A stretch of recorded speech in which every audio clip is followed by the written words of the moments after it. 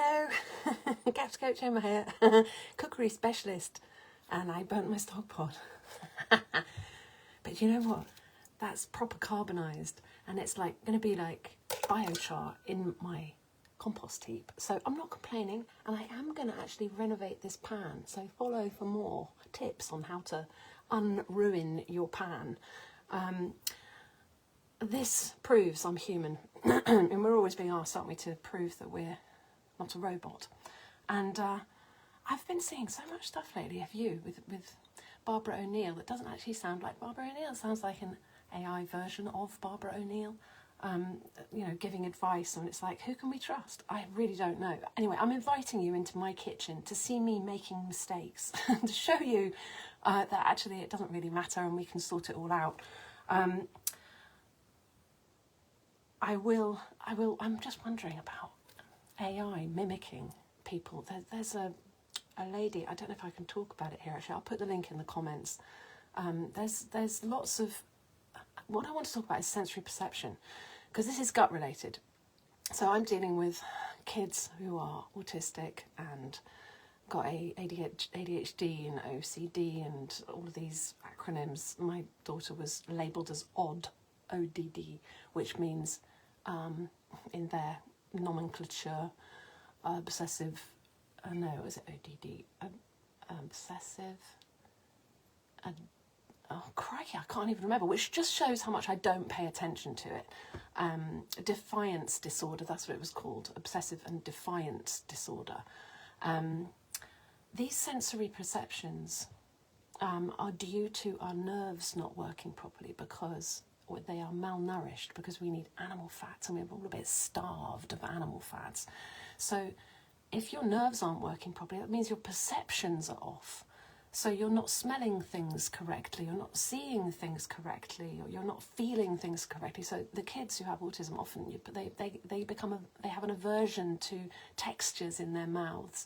So it's very hard to introduce new foods. So we have to sort of do stealth health and hide foods in a certain texture with a certain flavour just to get the nutrients in so that we can correct these sensory perception disorders. So my ex used to have face recognition problems, so they called it face blindness, and he would meet people at parties and they go, hey, because they were chatting to him last week, but he couldn't actually remember them. Facially, he couldn't recognise their faces. And I think this is an issue for us in our society at the moment, because people are not recognising what they're seeing on screen, you know what I mean? So I'm finding that quite a challenge at the moment. And I've seen images of AI of like a baby peacock, and they show, and this is the baby peacocks, and there's a daddy peacock, with all of his plumes and blue, and then little baby peacocks that are like a mini me version. But pea chicks don't look like that. Pea chicks are little brown things. Do you know what I mean? And it's deceptive. And so anyway, we've got to make sure we keep our wits about us these days, and hone our senses, which means eating. I think I'm going to rename my book.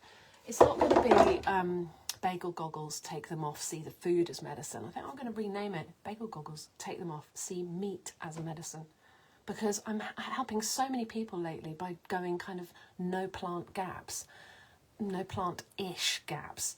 We still maintain some fermented garlic, some onions, carrots cooked a certain way, vegetables that are fermented like kimchi and kraut and lovely things like that. But it's the meat that does the healing. It's the meat from the stock pot that can heal and seal the leaky gut so that our guts are intact, so that we can actually start to assimilate food properly, so that we can actually get the building blocks to rewire our neural pathways so that we can stop having these sensory perception issues. So if you would like to come and hang out with me in my kitchen this Sunday, I'm going to cook a Christmas cake, a solstice blessings fruit deliciousness that we can enjoy with a nice cup of tea in the dark winter months. And you can ask me any questions about gut health and about chronic ailments that won't go away, niggly little things. And you can see that I truly am not a robot, because I reckon I'm too random. Well, you know, who knows? They could be copying anyone and sort of like recording their voice in an AI thing and making it sound like it's them, but it's not really them. It's really scary. And then people with face recognition problems, like my ex, and anyone with sensory perception issues, will be struggling to find out what's for real and what's not for real. So anyway, come into my random messy kitchen and see that I really am human, and let's let's bake up some warm, loving, nourishing, stimulating conversation, and get on with the healing, shall we? Because it's time. I think 2025 is going to be a great year. It's all out there. People are starting to see the deception and finding out the truth. So yeah, love to hang out with you on Sunday if you're free. It's 6 p.m. on UK time and 10 a.m. Pacific if you're over there, over the pond, and you want to come and hang out with me for an hour on this Sunday. Lots of love to you. Hi, Bevs. All right, take care. Bye.